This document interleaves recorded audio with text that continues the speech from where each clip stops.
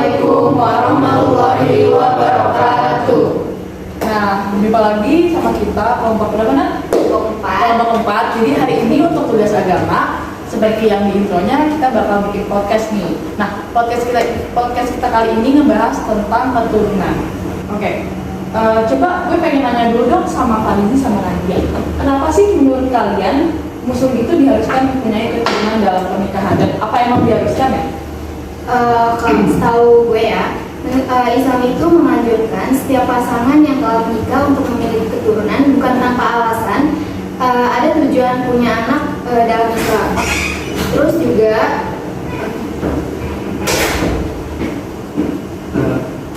jadi juga Nabi itu menganjurkan yang anak karena dia menginginkan nanti di hari akhir umatnya itu juga bertambah.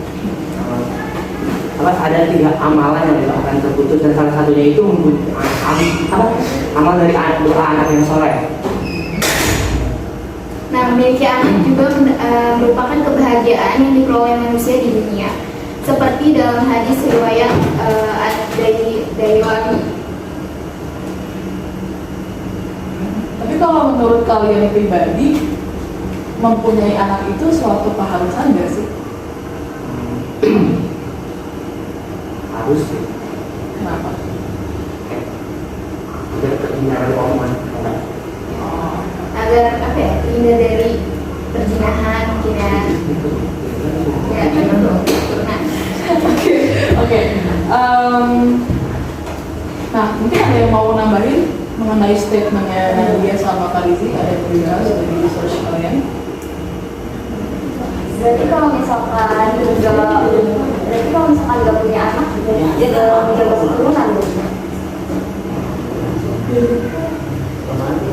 Iya sih. Berarti kan belum lainnya berhenti di situ aja, nggak yang terusin kan?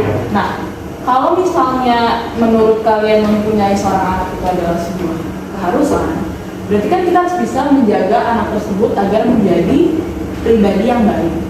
Nah, gue pengen nanya nih, menurut Radit sama Salwa, gimana sih cara menjaga keturunan kita menjadi orang yang baik? Caranya itu kayak ngajarin dia tentang kasih, terus ngajarin tentang ibadah. Dan kalau menambahkan tentang yang mengajarkan ibadah itu, karena ibadah itu sangat penting, karena amalan pertama yang dihisab di Allah tuh, di Allah tuh amalan tentang sholat itu sangat penting. Jadinya benar-benar harus diajarin ke anak kita dari orang tuanya. Yang lain juga ada juga cara yang lain yang itu membentuk kepribadian anak. Ada juga mengajarkan untuk tanggung jawab. Nah, tanggung jawab ini juga penting nih buat anak-anak, karena buat anak apalagi kita pas udah mulai dewasa, tanggung jawab itu sangat penting. Ya. Dan juga ada juga nih yang terakhir mengajarkan akhlak. Akhlak ini kayak sopan santun. Itu sangat penting banget sih. Mungkin gue mau nanya nih, kalau menurut kalian untuk bisa mengajarkan seorang anak itu harus rajin beribadah, harus punya akhlak yang bagus, kita kan juga harus bisa pendekatan sama anak. Kalau someday lu punya anak, kira-kira hubungan seperti apa sih yang lu inginkan? Karena kalau misalnya kita membahas dari faktor agamanya doang mungkin gampang ya, tapi pada kenyataannya faktor psikologis kita punya anak itu juga susah. Kira-kira kalau misalkan lu punya anak nanti gimana pun untuk bisa menerapkan pendidikan sebutan kalian agar diterima? Biasanya sih mungkin kayak harus sering-sering komunikasi ya sama anak sendiri. Terus kayak misalkan orang tuanya pergi sholat ke masjid nih, anaknya juga diajak, terus diajarin juga tentang agama-agama supaya dia juga ngerti lah tentang agamanya sendiri. Soalnya kan biasanya anak kecil tuh belum paham sama agamanya, bahkan kadang masih ada yang suka nanya sebenarnya Allah itu gimana sih gitu. Nah, kita sebagai orang tuanya harus ngomong gitu, pokoknya harus punya pendekatan, harus ngobrol terus sama anak. Harus ngasih contoh yang baik juga buat anak-anaknya.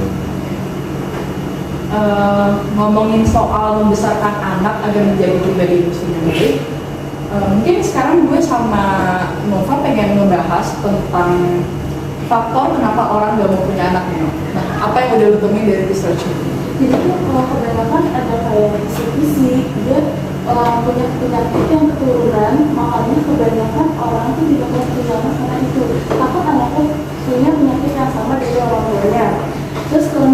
ideologi juga pengaruh perekonomian. Kenapa banyak yang kayak gak mau punya anak karena perekonomiannya juga stabil. Karena kan kalau kita mempunyai anak itu harus memikirkan ekonomi juga dong, matang-matang dari dia sekolah sampai dia besar. Menurut gue sih kayak gitu. Kalau kita ngomongin soal ekonominya sih mungkin lebih ke menunda punya anak dulu ya. Mungkin kita menunggu ekonomi kita stabil dulu baru kita teruskan punya anak. Nah, kalau misalnya kita ngomongin soal child free, kita kan lagi marak banget nih orang-orang yang benar-benar nggak mau punya anak. Contohnya seperti salah satu influencer yang gue tahu namanya Gita Saf. Dia sempat kontroversial mengenai ini karena dia sama suaminya itu child free. Dan banyak orang-orang yang kayak menghakimi mereka berdua, apalagi sampai ngatain mandul atau apalah. Setelah gue cari tahu, ternyata dalam Islam, menurut research gue, yang gue nggak bisa menjamin kebetulannya 100%, tapi ternyata mempunyai anak itu bukanlah suatu kewajiban, melainkan ada juga yang bilang kalau itu sunnah. Nah, tapi sangat amat dianjurkan karena seperti kata Nadia, itu bisa menambah umatnya Nabi Muhammad. Jadi itu adalah suatu yang positif. Nah, kalau misalnya kita ngomongin soal psikologinya, punya anak itu bukan sesuatu yang mudah.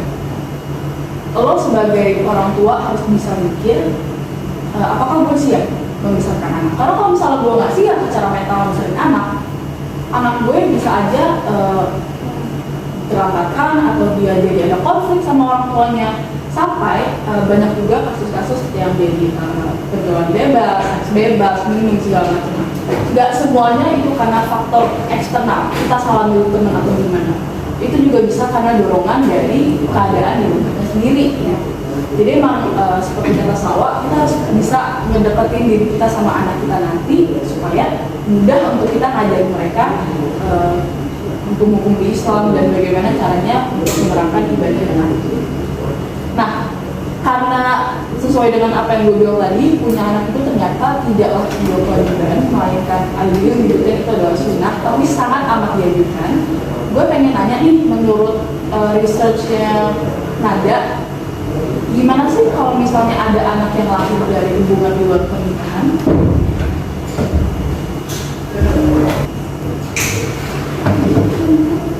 Islam tidak secara memperlakukan jenis anak secara hukum,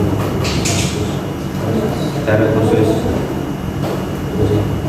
Tapi kan kalau nggak salah ya, Bu Nisa juga pernah membahas kalau anak yang lahir dari luar hubungan pernikahan itu nanti kalau misalnya dia mau menikah lagi kenapa?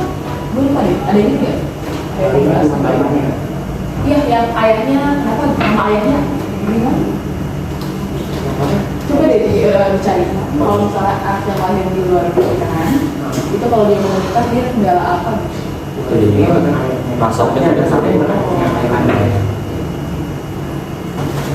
Iya, kalau ngomongin soal anak di luar pernikahan itu, kalau misalnya kita melihat dampaknya di kehidupan nyata kan banyak bisa dibully misalnya, atau dia jadi kecelakaan, atau dia jadi merasa oh ternyata gue, kalau kasarnya gue ternyata anak haram. Nah, kalau menurut pendapat kalian tuh apa sih? Kalian ada pendapat mengenai hal itu? Kalau dari aku sih ya, sebenarnya anak itu juga nggak ada dosanya. Kan yang ngelakuin itu kedua orang tuanya ya, bukan anaknya. Jadi anaknya ya nggak ada dosanya sih. Jadi nggak pantas ya, kalau misalnya kita sebut dia tuh anak haram. Karena kita kayak nyemarin nama baik dia gitu. Padahal sebenarnya nggak ada hubungannya sama dia sendiri kayak apa. Kalau yang lain, gimana sih menurut kalian mengenai dampak menjadi anak di luar pernikahan itu? Ada nggak opini? Sebenarnya itu nggak ada yang namanya anak haram atau enggak anak apa, tapi kan itu perlakuan dari orang tuanya aja, kayak dia berhubungan seks tapi belum pernikahan. Makanya banyak orang pun yang bilang kalau dia itu anak haram, padahal mah enggak, di dalam Islam pun itu nggak ada namanya anak haram. Kalau menurut gue sih gitu ya. Dan yang gue baca yang gue tahu juga gitu, nggak ada yang namanya anak haram. Nah, kalau dari Farizi sama Nadia sendiri, kalian dibahas apa materi kalian? Lupa? Mendidik keturunan. Ya. Ya.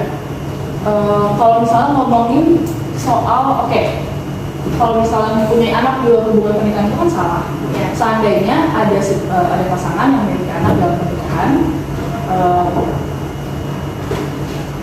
kalau misalnya anak tersebut sudah terkena pergaulan yang tidak baik, kira-kira menurut kalian gimana sih caranya untuk melakukan pendekatan dan membawa dia ke jalan yang benar lagi sebagai orang tua kalau sudah terlanjur terjadi misalnya?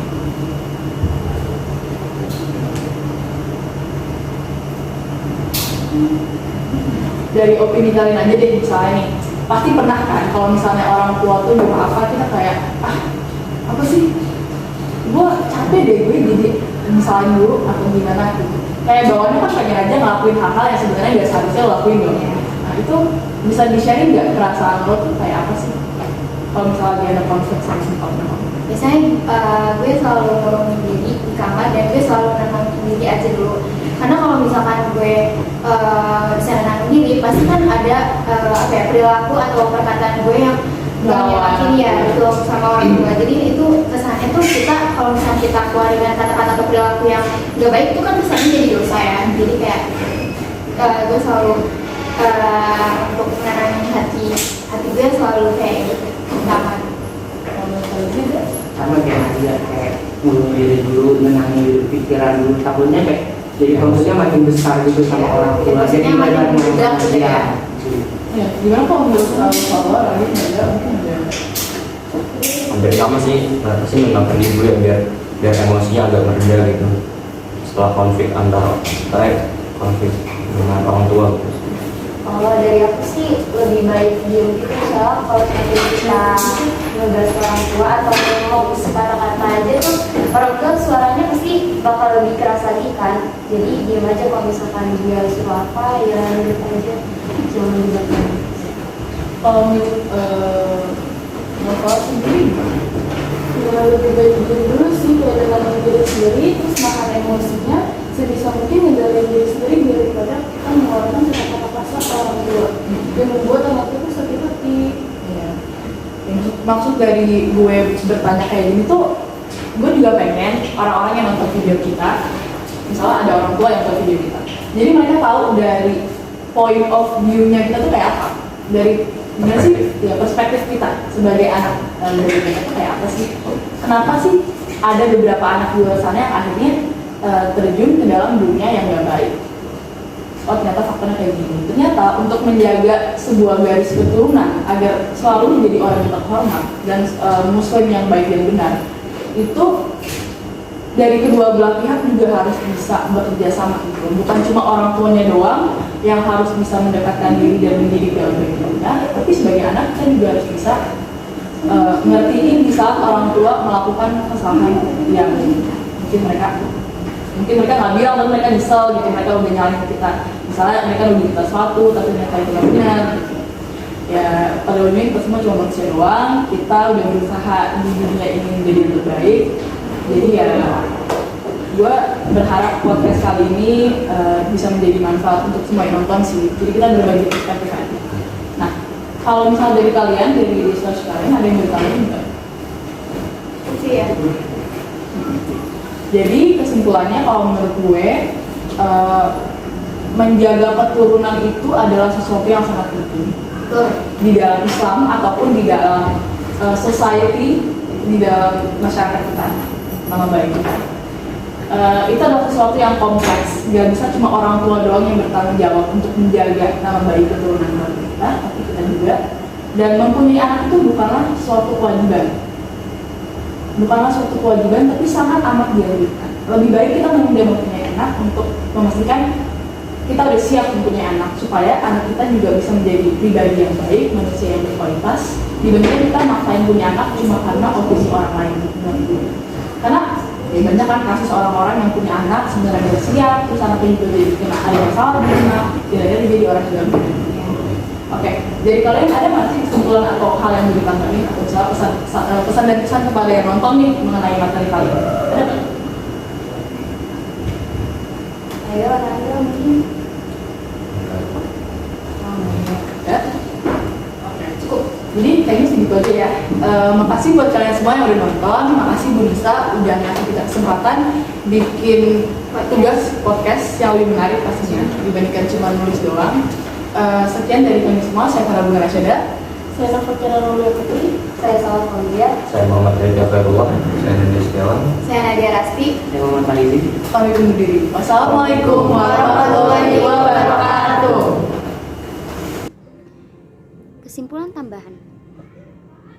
Sebelum kita menikah, kita harus mencari pasangan dengan baik dan benar karena itu akan berpengaruh kepada penerus-penerus selanjutnya.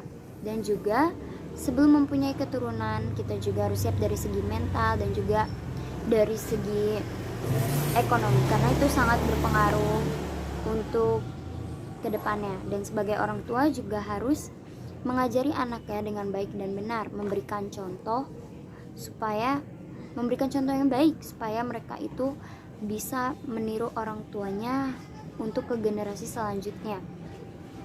Dan juga menasehati anak dengan lemah lembut supaya anak tidak menjadi anak yang melawan kepada orang tuanya dan juga memiliki sifat egois. Lalu sebagai anak kita juga harus mengerti akan kondisi orang tuanya, menghormati orang tuanya dan membantu pekerjaan orang tuanya.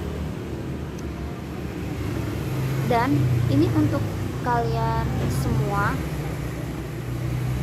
yang masih beranggapan bahwa anak yang di luar pernikahan itu adalah anak dosa atau anak haram, yang biasa disebut anak haram. Sebenarnya mereka juga tidak ingin terlahir sebagai anak yang haram, tetapi orang tuanya lah yang melakukan itu. Jadi please untuk kalian semua stop bilang bahwa anak yang hasil dari luar pernikahan itu adalah anak haram, karena kita harus menjaga mental seseorang. Dan ingatlah, yang melakukan hal tersebut adalah orang tuanya, bukan anaknya. Jadi jangan dikaitkan dari orang tuanya ke anaknya. Siapa tahu mereka itu sebenarnya berbeda.